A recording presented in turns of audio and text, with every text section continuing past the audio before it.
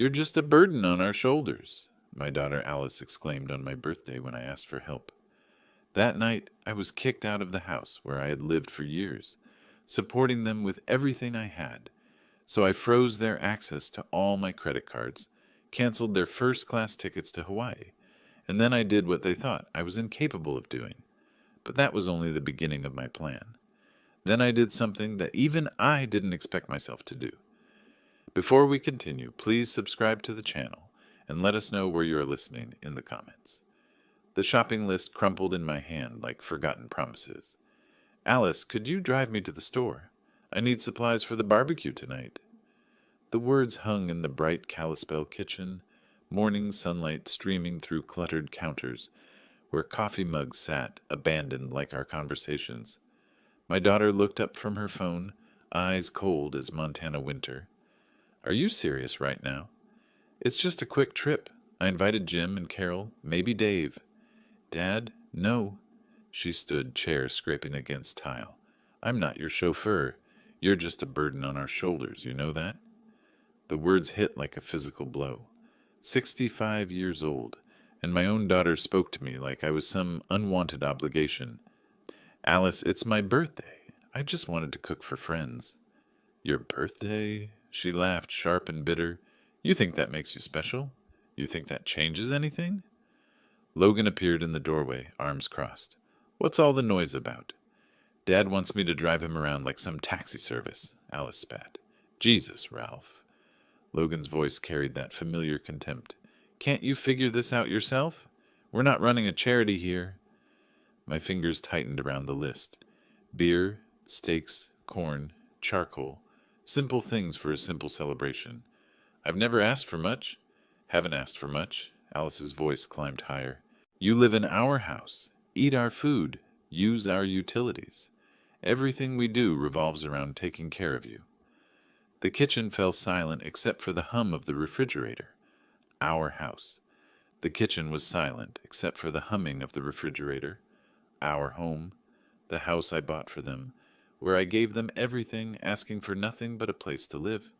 Fine. I grabbed my coat from the hook. I'll manage. Alice slammed her palm on the counter. Don't play the victim, Dad. We all know how this works. I walked out without another word, leaving the birthday card from my neighbor, Mrs. Peterson, unopened on the counter. The morning air bit at my cheeks as I pulled out my phone, fingers steady despite the tremor in my chest. Yellow cab? Yes, I need a ride to Miller's Market. The taxi arrived within minutes, driver nodding politely as I settled into worn vinyl seats. Through the window, I watched their house shrink away, the white picket fence I'd painted last summer now looking like prison bars. Special occasion? The driver asked, glancing at my list. Recent birthday barbecue. The words tasted hollow. As we pulled through downtown Kalispell, memories flooded back, unbidden. The day I'd signed the deed over to Alice and Logan, thinking I was securing their future. The college tuition I'd paid, the wedding I'd funded, the countless times I'd opened my wallet without hesitation. Every sacrifice had been willing, given with love. Miller's Market buzzed with Saturday morning shoppers. I selected each item carefully. Thick ribeye steaks, fresh corn still in husks, premium charcoal. The cashier, a young man with kind eyes, helped me bag everything. Having folks over? A few old friends. I paid cash, bills I'd withdrawn earlier this week. The taxi ride home passed in contemplative silence. The driver helped me carry bags to the front door, refusing my offer of a larger tip with a wave and a smile. Small kindnesses from strangers felt precious now. Inside, the house was eerily quiet. Alice and Logan had disappeared, probably to their room to complain about the inconvenience of my existence. I unpacked methodically, arranging steaks in the refrigerator, corn in a bowl, charcoal by the back door. The dining room table awaited decoration. I pulled out my good plates, the ones Maria and I had received as wedding gifts 40 years ago. Each piece placed with ceremony, as if setting a proper table could somehow restore dignity to this day. Through the window I could see the backyard grill standing ready. The metal surface gleamed in the afternoon sun, waiting for purpose. As I smoothed the tablecloth with careful hands, something hardened in my chest, a resolve I hadn't felt in years. The doorbell would ring soon. Jim and Carol would arrive with their easy laughter and genuine warmth. For a few hours, I'd remember what it felt like to be valued, to be welcome in my own space. I stood at the window, watching afternoon shadows lengthen across the yard, my fist clenched at my side. The grill waited. My friends would come, and after that, things would change. The doorbell's echo pulled me from my thoughts. I wiped my hands on a dish towel and opened the door to find Jim and Carol standing there with warm smiles and a bottle of wine. "Happy birthday, you old goat!" Jim clapped my shoulder while Carol kissed my cheek, her perfume a gentle reminder of better times. "Thought we'd never get here," Carol laughed. Traffic was murder coming through town. Dave arrived moments later, carrying a six-pack and wearing his signature flannel shirt. "Ready to burn some meat, Ralph?" We moved to the backyard, where Montana's big sky stretched endlessly above us. The grill fired up with a satisfying whoosh, flames dancing blue and orange. I arranged the steaks while Jim cracked open beers, the familiar ritual feeling sacred somehow. "Remember when we used to do this every weekend?" Dave settled into a lawn chair, legs stretched out. "Back when we thought we'd live forever." "Speak for yourself," Carol teased. "I'm still planning on it." Their laughter filled the air like music. This was what I'd wanted. Simple friendship, easy conversation, the comfort of being understood. The steaks sizzled, filling the yard with rich, smoky scent. "Alice and Logan joining us?" Jim asked, glancing toward the house. "I'll ask." I wiped my hands and stepped inside, finding them both in the living room, absorbed in their phones. "Hey, you two. My friends are here. Want to come out and—" Alice looked up, her expression sour. "No thanks. I'm not interested in an old folks gathering." Logan didn't even lift his eyes from his screen. "Yeah, we'll pass on the geriatric convention." Heat rose in my cheeks. "They're good people. They'd like to meet you." "I'm sure they would." Alice's voice dripped sarcasm. "But I have better things to do than pretend to care about your sad little birthday party." I returned to the backyard, forcing a smile. My friends had heard everything through the open door. I could see it in their carefully neutral expressions, the way they suddenly became very interested in their beer bottles. "Everything all right?" Carol asked gently. "Fine. They're just busy." I flipped the steaks, grease spattering against the grill grate. The memory hit me then, sharp and bitter. 3 years ago, Logan had come to me with his business plan, some vague startup idea about app development. I'd written him a check for $15,000 without hesitation, believing in his dreams even when the details seemed fuzzy. The business had failed within 6 months. The money vanished like smoke. "These steaks look perfect," Dave said, clearly trying to lighten the mood. I served them on my good plates, the same ones I'd arranged with such care earlier.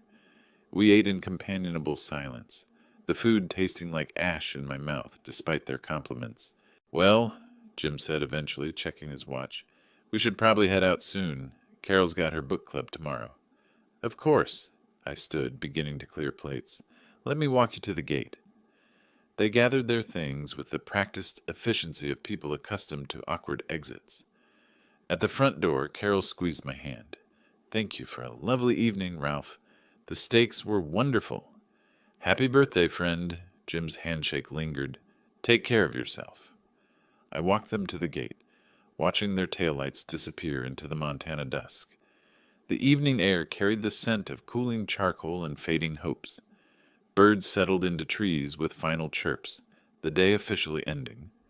Back inside, I found Alice and Logan waiting in the living room, arms crossed like judges preparing to deliver a verdict.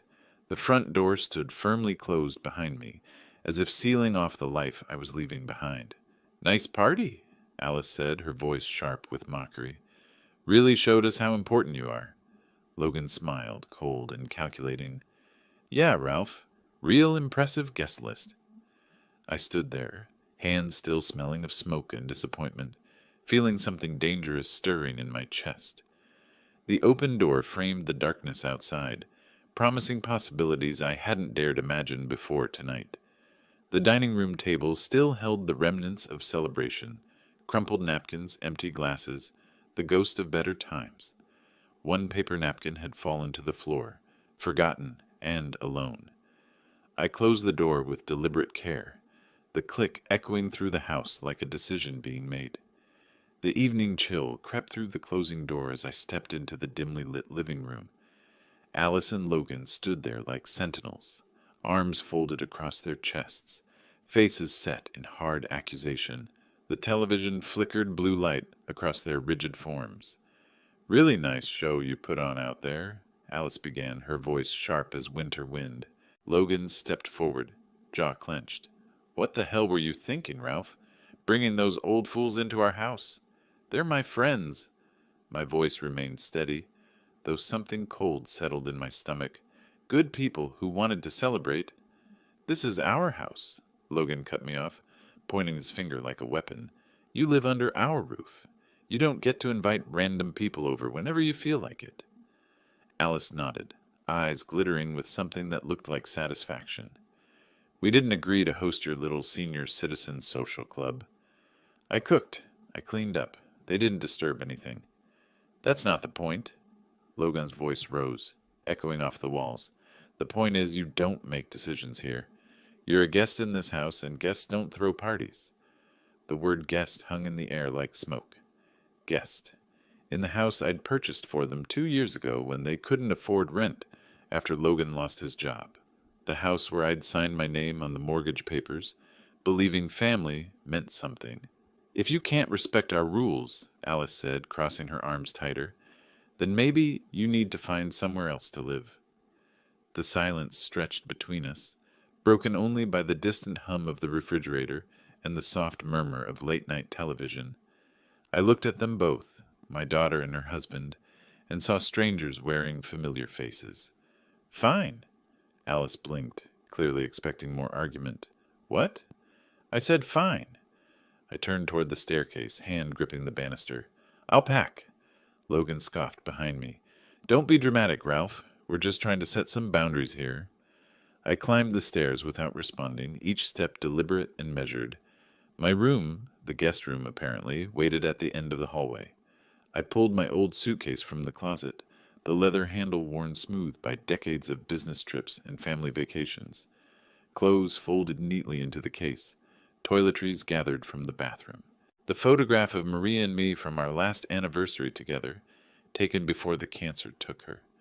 My fingers traced her smile as I wrapped it in a soft shirt. The memory struck me then, sharp and unwelcome. Alice's wedding day 6 years ago. The bill for the reception had been staggering. $28,000 for flowers, catering, photography. The works. I'd written the check without hesitation, watching my daughter dance in her white dress, believing I was investing in happiness. "Worth every penny," I told Maria that night, both of us exhausted but smiling. Now Alice wanted me gone for having friends over for dinner. I zipped the suitcase closed, the sound sharp in the quiet room. My wallet, thick with the cash I'd withdrawn for the birthday barbecue. Car keys. No, the car was registered in both our names now. Another gift, another chain I'd forged myself. Downstairs, Alice and Logan had returned to the couch, pretending to watch television. Neither looked up as I approached, suitcase wheels rolling softly across the hardwood floor. I set my house key on the coffee table with a gentle click. The metal caught the TV's blue glow for a moment before settling into shadow. "Ralph," Alice started, but I was already walking toward the door. "Where are you going?" Logan's voice carried a note of something that might have been uncertainty. I opened the front door, cool night air rushing in to fill the space between us.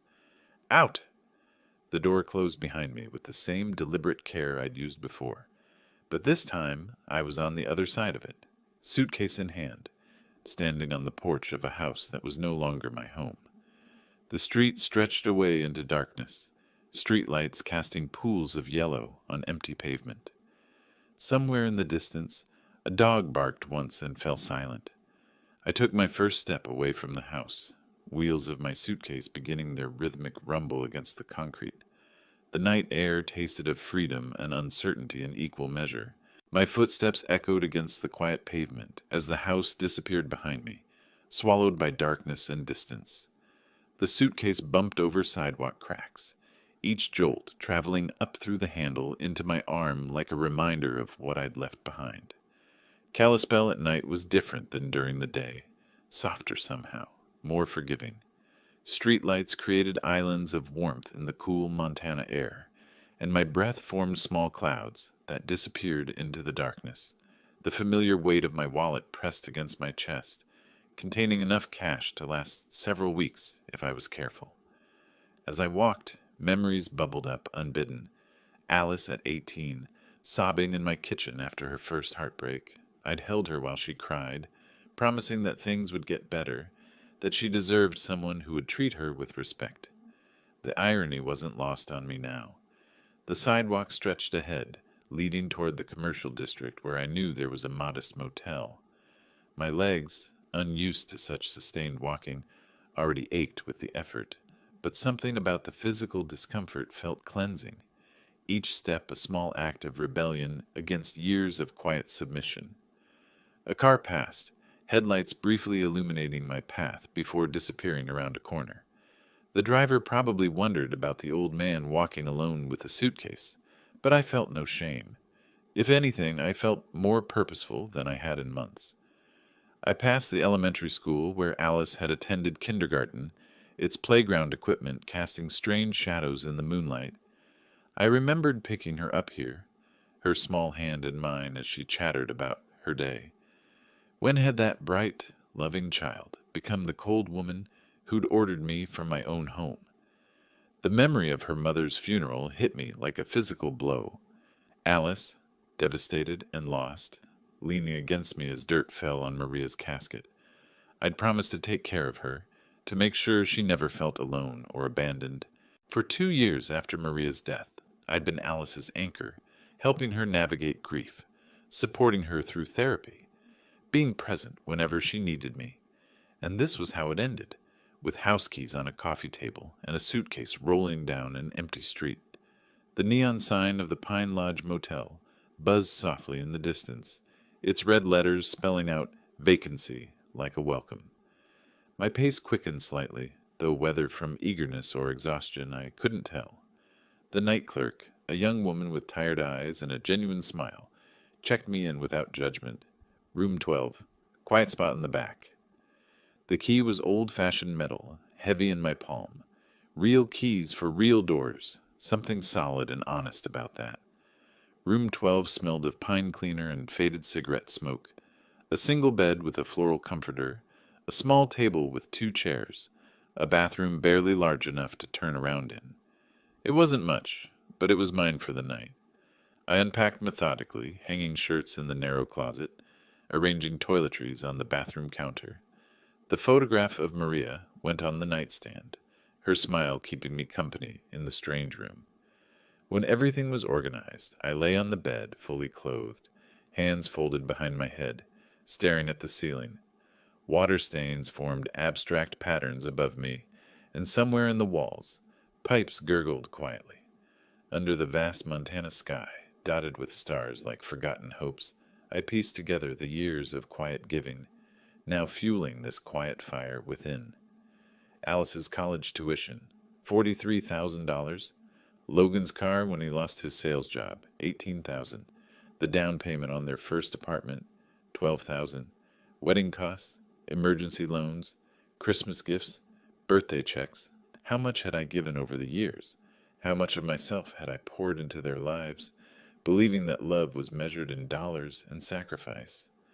My breathing steadied as something crystallized in my chest. Not anger. Anger was too hot, too unfocused. This was something cooler, more deliberate. A quiet certainty that I was done being treated like a burden by people who'd built their lives on my generosity. The ceiling stared back at me, offering no answers but somehow confirming what I already knew. Tomorrow would be different. Tomorrow I would stop being the man who gave everything and asked for nothing. Tomorrow I would start being the man who understood his own worth. Morning light filtered through the thin motel curtains, like a gentle awakening, painting golden stripes across the faded carpet. I stretched in the narrow bed, surprised by how well I'd slept, better than I had in months, despite the unfamiliar surroundings. Something had shifted overnight, as if leaving that house had lifted a weight I'd grown so accustomed to carrying that I'd forgotten what freedom felt like. I dressed quickly, hands steady as I buttoned my shirt. The mirror above the dresser reflected a man who looked different than the one who'd checked in last night. Same face, same graying hair, but something in the eyes had changed. Purpose, determination. The room phone sat on the nightstand, black and solid with real buttons. I dialed the taxi company, speaking clearly into the receiver. Yes, Pine Lodge Motel. I need a ride to First National Bank on Main Street. 10 minutes, came the reply. Outside, Kalispell was waking up. The taxi arrived promptly, driver nodding as I settled into the back seat. Through the window, I watched the town come to life, coffee shops opening, people walking dogs, children waiting for school buses, normal morning rhythms of a community I'd been part of for decades, but somehow never truly belonged to. Business at the bank? The driver asked, glancing in the rearview mirror, taking care of some accounts. The bank's marble lobby echoed with the sound of my footsteps. Fluorescent lights hummed overhead, casting everything in stark, honest light. The morning teller, a middle-aged woman with kind eyes behind wire-rimmed glasses, smiled as I approached. Good morning. How can I help you? I need to block access to my credit cards for specific authorized users. She paused, fingers hovering over her keyboard. Are the cards lost or stolen? No. I want to remove access permissions for two people, my daughter Alice King and her husband Logan King. Her eyebrows rose slightly. Sir, that's quite unusual. Are you certain about this?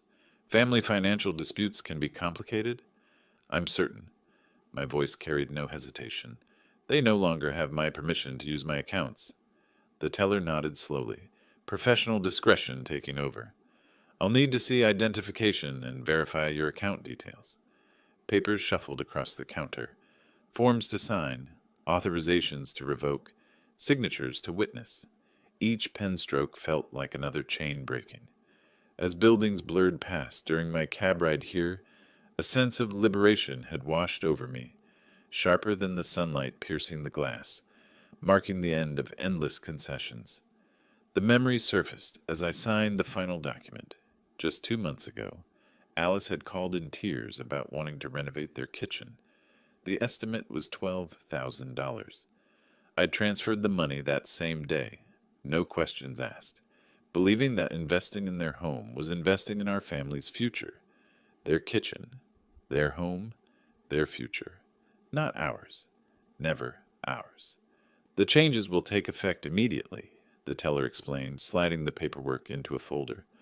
All cards linked to your accounts will require your direct authorization for any future use. Perfect. I walked back outside, the morning air crisp and full of possibility. Another taxi waited at the curb. I'd called ahead, planning each step with newfound clarity. The driver held the door open, and I settled into the familiar vinyl seat. Back to Pine Lodge? Yes. As the bank receded in the rear window, I felt something I hadn't experienced in years, the satisfaction of making a decision purely for myself. No consultation, no guilt, no second guessing. Just clean, decisive action. The taxi pulled away from the curb, merging into the midday traffic. In my pocket, my phone began to vibrate. Once, twice, 3 times. I didn't need to look to know who was calling. The phone buzzed against my leg like an angry wasp as the taxi navigated through downtown traffic. I pulled it from my pocket, Alice's name flashing on the screen with each insistent ring. The driver glanced in the mirror but said nothing. Focusing on the road ahead, I swiped to answer. What the hell did you do? Alice's voice exploded through the speaker before I could say hello. My card was just declined, at Nordstrom. Do you have any idea how embarrassing that was? Hello to you too, Alice. Don't you dare take that tone with me. I was buying heels for a work presentation, and the cashier had to cut up my card right there in front of everyone. The taxi hit a pothole, jostling me against the worn seat. Through the window, Kalispell's main street rolled past, the same shops where Alice had dragged me countless times, credit card in hand, purchasing things she claimed were necessities. "How does it feel?" I asked, voice steady as mountain stone. "How does what feel? Being humiliated by my own father? Being a burden? Being an embarrassment?" I let the words sink in. "Yesterday you told me I was just a burden on your shoulders. Today you're calling because you can't buy shoes with my money." Silence stretched across the connection. The taxi driver pretended not to listen, but I caught his eyes in the mirror. He'd heard enough family drama in his back seat to recognize the sound of relationships fracturing. "This is different," Alice's voice returned, higher now, edged with something that might have been panic. "You can't just cut us off. We have expenses, obligations. So did I, for 20 years. The memory flashed. Alice at 25, calling from a boutique in Seattle where she'd found the perfect dress for some charity gala. $300 for a single evening. I'd given her my card number over the phone without hesitation, believing that her happiness was worth any price. "Dad, you're being ridiculous. This isn't how family works. You're right."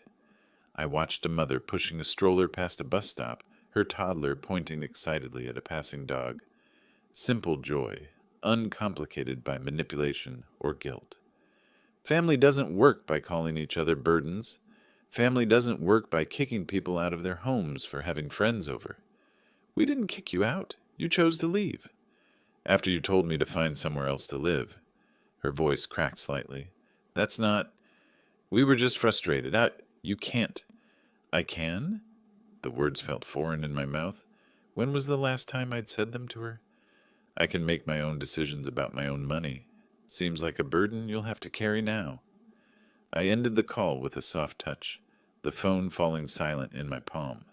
The taxi continued its steady progress through town, passing the library where I'd taken Alice for story time 30 years ago, the park where she'd learned to ride a bicycle with my hand on her back for balance. As her voice faded into static, the road stretched ahead like a path to newfound boundaries, each bump echoing the finality of my words. "Everything all right back there?" the driver asked, getting better by the minute.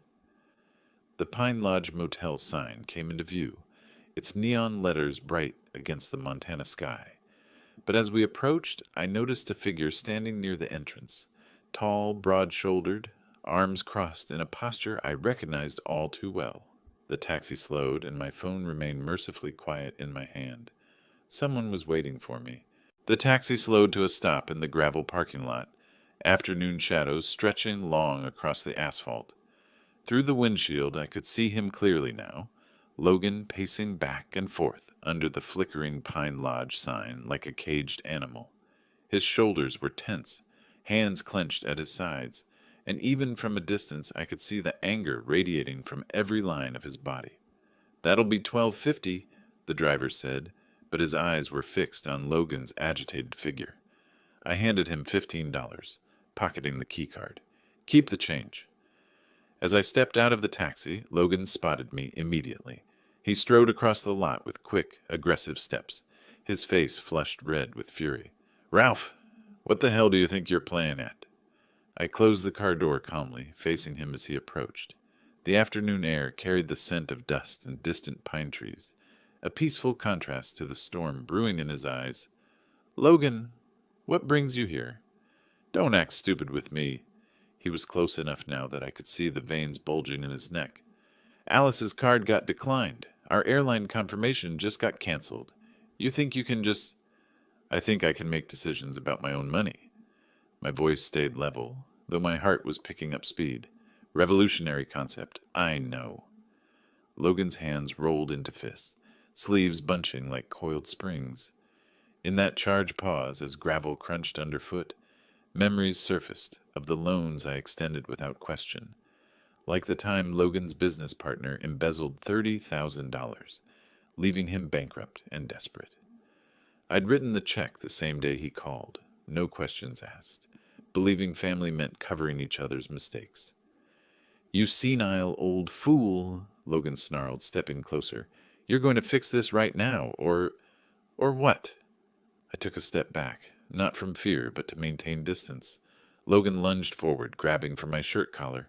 But before his fingers could make contact, the taxi driver was suddenly there, stepping between us with the solid presence of someone who'd dealt with troublemakers before. "Hey now!" The driver's voice carried quiet authority. "That's enough of that." Logan stopped mid-reach, surprised by the intervention. "This is none of your business." "This gentleman paid his fare politely and treated me with respect," the driver said, not backing down despite being shorter than Logan. "You want to throw punches? Do it somewhere else. I won't stand by and watch you attack a decent man." The confrontation balanced on a knife's edge. Logan's face cycled through anger, confusion, and something that might have been shame. Three strangers in a motel parking lot, two of them protecting each other from the third. "This isn't over, Ralph," Logan spat, but he was already backing away. "Not by a long shot." He stalked back to his pickup truck, engine roaring to life with unnecessary aggression. Gravel sprayed as he peeled out of the lot, the sound of his departure echoing off the motel's weathered walls. I turned to the taxi driver, who was straightening his jacket, as if nothing unusual had happened. "Thank you. That was unexpected kindness." He shrugged, genuine warmth in his weathered face. "Man can't stand by and watch bullies work. Take care of yourself." The taxi pulled away with a gentle purr, leaving me alone in the sudden quiet. I walked toward my room, keycard steady in my hand despite the adrenaline still coursing through my veins. The door lock beeped softly, green light flashing. "Welcome." As I turned the key in the lock, a faint engine rumble faded in the distance, Logan's truck disappearing into whatever frustrated retreat awaited him. The door swung open to reveal my modest sanctuary, unchanged from how I'd left it that morning. But something had changed in me. Standing up to Logan, having a stranger defend my dignity, watching my son-in-law retreat like a defeated schoolyard bully, it all crystallized into something harder and more certain than mere anger. The door clicked shut behind me, sealing me into the quiet space where my real plans could finally take shape. Sunlight pierced through the motel blinds like golden arrows, painting stripes across the faded carpet and pulling me from the deepest, most peaceful sleep I'd had in years. Yesterday's confrontation with Logan had left me feeling strangely energized rather than drained, as if finally standing my ground had unlocked reserves of strength I'd forgotten I possessed. I showered and dressed with deliberate care, choosing my best casual shirt and slacks. Today called for a certain dignity, a presentation of self that reflected the seriousness of my intentions. The man in the bathroom mirror looked older than his years, but carried himself with renewed purpose. The bus stop sat 3 blocks from the motel, marked by a simple metal sign and a small wooden bench. Kalispell's public transportation wasn't extensive, but it would get me where I needed to go. As I waited, watching early commuters hurry past with coffee cups and purpose, I felt no urgency. Time was finally on my side. The bus arrived with a gentle wheeze of air brakes, driver nodding as I climbed aboard. Through the window, Montana's rolling hills stretched toward distant mountains, the landscape unchanged by human drama. The medical bills I'd covered just last month flashed through my mind. Logan's emergency room visit after a weekend hiking accident, $800 that had appeared on my credit card statement without warning or explanation.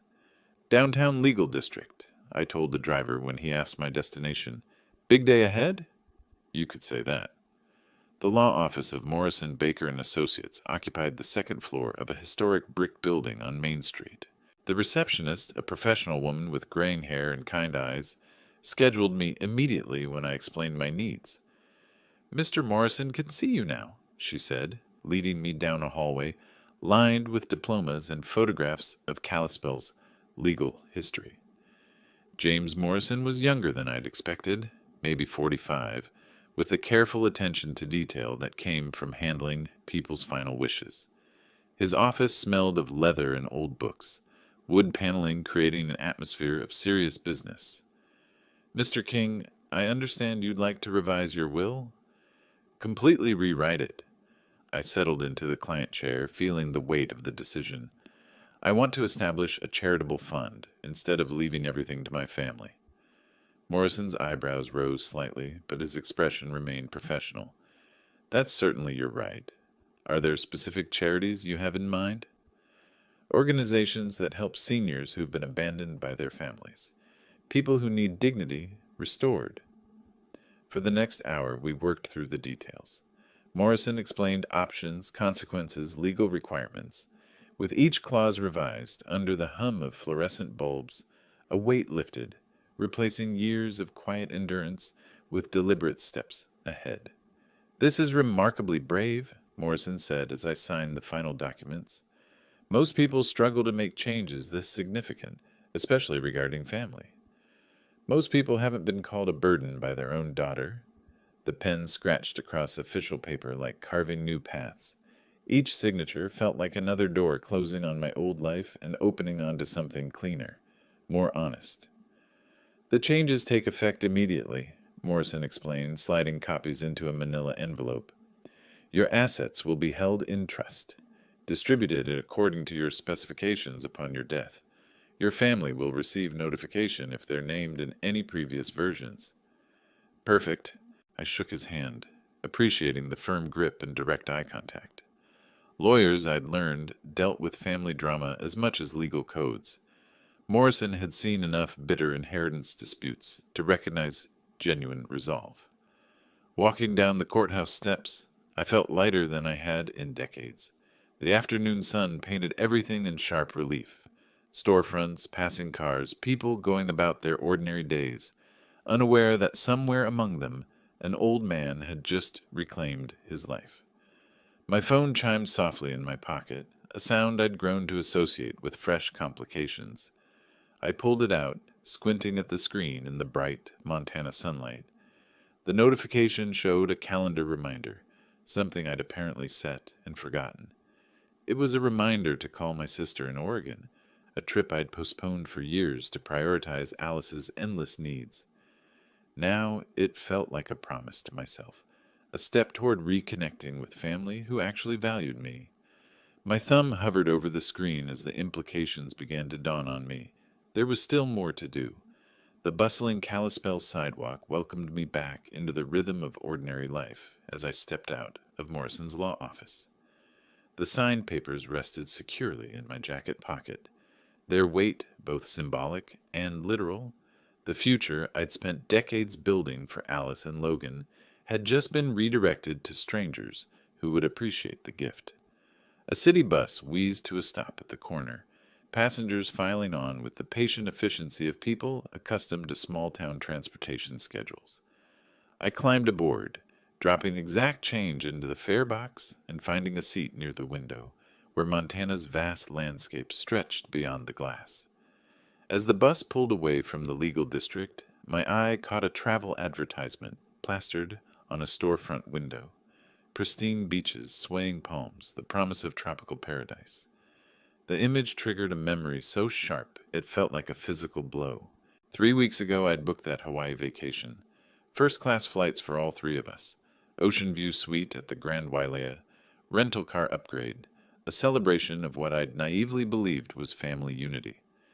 $28,000 charged to my platinum card without a second thought, imagining Alice and Logan's faces when I surprised them with the printed confirmations. A family trip, I told myself, to heal old wounds and make new memories. The irony tasted bitter now. Back in my motel room, I pulled out my phone and opened the airline app. The reservation appeared immediately. King party of 3, departing July 15th, returning July 22nd. Premium seats with extra legroom, priority boarding, complimentary champagne service. I tapped the cancellation button. "Are you sure you want to cancel this reservation?" The screen prompted. "Cancellation fees may apply." My thumb hovered for exactly 1 second before confirming. The hotel booking came next. 7 nights in paradise, now reduced to a confirmation email, marked "Cancelled" in red letters. As confirmations piled up on the screen, amid the quiet hum of the air conditioner, a quiet satisfaction bloomed, rooting deeper than the regrets I'd carried for years. Each canceled reservation felt like another shackle falling away, another decision made purely for my own peace of mind. The phone's contact list scrolled past dozens of names before I found the one I wanted. Jim Harrison, my oldest friend, and one of the few people who'd witnessed last night's humiliation firsthand. His number dialed immediately. "Ralph, how are you holding up after yesterday?" "Better than expected, actually. Jim, would you be free for coffee this afternoon? There's something I need to tell you." "Of course. The usual place?" "Murphy's Cafe on 3rd Street. 2 hours good for you?" "Perfect. I'll see you there." I ended the call and pocketed the phone, glancing at the bedside clock. 45 minutes until our meeting. Enough time to process the morning's decisions, to prepare for the conversation that would mark yet another step away from the man I'd been and toward the person I was becoming. The cancellation emails had stopped pinging, leaving the room in blessed silence. Outside, Kalispell continued its unhurried pace, unaware that somewhere in room 12 of the Pine Lodge Motel, a man was systematically dismantling every bridge he'd built to ungrateful children. I straightened my collar and checked my reflection in the bathroom mirror. The face looking back still belonged to Ralph King, but the eyes held something new, a clarity that came from finally understanding the difference between love and enabling, between family loyalty and self-respect. The clock showed 1:30. Time to go meet the only person from yesterday's gathering who'd actually seemed happy to see me.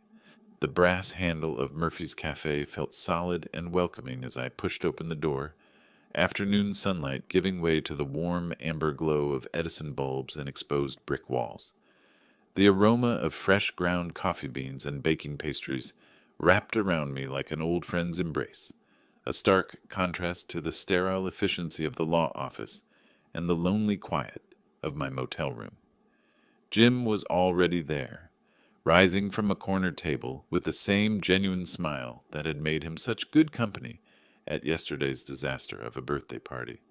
His handshake was firm, his eyes carrying the kind of concern that came from decades of friendship. "Ralph, my friend, you look—" He paused, studying my face. "Different. Stronger somehow. Funny how a good night's sleep and some hard decisions can change a man's perspective." We moved to the counter where a barista with paint-stained fingers and kind eyes took our orders. Black coffee for Jim, a cappuccino for me, an indulgence I rarely allowed myself when Alice was always watching my spending like a hawk monitoring prey. Settled at our table with steaming mugs between us, Jim leaned forward with the patient attention of someone who'd witnessed enough life's upheavals to know when a friend needed to talk. "So tell me what happened after we left last night." Carol was worried. She said she heard voices from inside when we were saying goodbye. The words tumbled out like coffee beans from a broken bag. I described the confrontation in the living room, Alice's cold dismissal of our guests, Logan's assertion of dominance over their house. Jim's expression darkened as I recounted the key left on the coffee table, the suitcase rolling down dark streets, the strange peace I'd found in that narrow motel bed. "They actually threw you out?" Jim's voice carried disbelief. "On your birthday? After calling me a burden, yes." "Jesus, Ralph. I knew they seemed distant lately, but that's—" He shook his head. "That's unconscionable." I continued with the morning's events. The blot credit cards, Alice's furious phone call, Logan's attempted intimidation in the parking lot. As steam curled from the cup, his words echoed my inner shift, transforming the sting of loss into a badge of reclaimed strength amid the afternoon light. And then this morning, I rewrote my will. Everything goes to charity now. Jim's coffee cup stopped halfway to his lips. "Everything?" "A foundation for seniors who've been abandoned by their families. People who understand what it means to have their love weaponized against them." The silence stretched between us, broken only by the gentle clatter of dishes and the low murmur of other conversations. Jim set down his cup with deliberate care, studying my face as if seeing me clearly for the first time. "You know what, Ralph? Good for you." His voice carried a conviction that surprised us both. I've watched Alice and Logan treat you like a walking ATM for years. We all have, but none of us knew how to say anything without overstepping. You saw it too? Of course we saw it. Last night at dinner, the way she rolled her eyes when you were talking about your garden, the way Logan kept checking his phone like he had somewhere better to be. At your own birthday party, for God's sake. The memory surfaced. Alice's bored expression as I'd described the tomatoes I'd been nurturing. Logan's dismissive snort when I'd mentioned hoping to visit my sister in Oregon next month. Details I'd noticed but dismissed, filing them away under the category of family dynamics, rather than recognizing them as symptoms of a deeper disrespect. I keep wondering when it started, I said, when I stopped being their father and became their financial resource. Probably gradual. People don't wake up one morning and decide to be cruel. They slide into it one small compromise at a time. Jim reached across the table, his weathered hand briefly covering mine. But you stopped the slide. That takes guts. My phone began to ring, the sound cutting through our conversation like a fire alarm. Alice's name flashed on the screen, her photo, a smiling image from last Christmas that now seemed like evidence from a crime scene. Jim glanced at the phone, then back at my face. You gonna answer that? I stared at the screen, watching it pulse with each ring, knowing that whatever Alice had to say would only confirm the rightness of every decision I'd made since walking out of that house. The cafe continued its gentle rhythm around us, unaware that at table 7, a man was choosing between his past and his future, with each unanswered ring. The phone's insistent ring sliced through our conversation like a blade through silk, Alice's name pulsing urgently on the screen as conversations around us momentarily quieted. Jim raised his eyebrows, waiting to see what I would do. I swiped to answer and deliberately switched to speaker mode, setting the phone on the wooden table between our coffee cups. Dad, have you completely lost your mind? Alice's voice exploded from the tiny speaker, drawing stares from nearby tables. Logan told me about your little tantrum at that sleazy motel. Good afternoon to you too, Alice. Don't you dare take that tone with me. I just got emails, cancellation notices for our Hawaii trip, $28,000 down the drain because you're having some kind of senior moment. Jim's eyes widened as Alice's fury filled the small cafe. Other patrons had stopped pretending not to listen, their conversations dying as this family drama played out in real time. The trip was canceled because the person paying for it decided he didn't want to vacation with people who call him a burden. This is insane. You can't just... Logan thinks we should have you committed, declared mentally incompetent. You're clearly not thinking straight. As her voice echoed off the walls, drawing stares from nearby tables, a wave of validation surged through me, sharper than the steam rising from forgotten mugs. The memory flashed, last year's family cruise to Alaska, another surprise I'd funded while Alice spent the entire week complaining about the food, the weather, the excursions I'd carefully planned. Actually, Alice, I'm thinking more clearly than I have in years. You're destroying our family. How are we supposed to explain this to people? How are we supposed to pay for... You're supposed to pay for things the same way every other adult does, with your own money, from your own job, using your own resources. The silence from the speaker lasted exactly 3 seconds before Alice's voice returned, higher and more desperate. You can't do this. We have obligations. Logan's business is not my problem. Your shopping habits are not my problem. Your inability to live within your means is not my problem. Each word came out calm and measured, carrying the weight of years of suppressed frustration. I'm done being your personal bank account. Dad, please. You're scaring me. This isn't like you. You're right.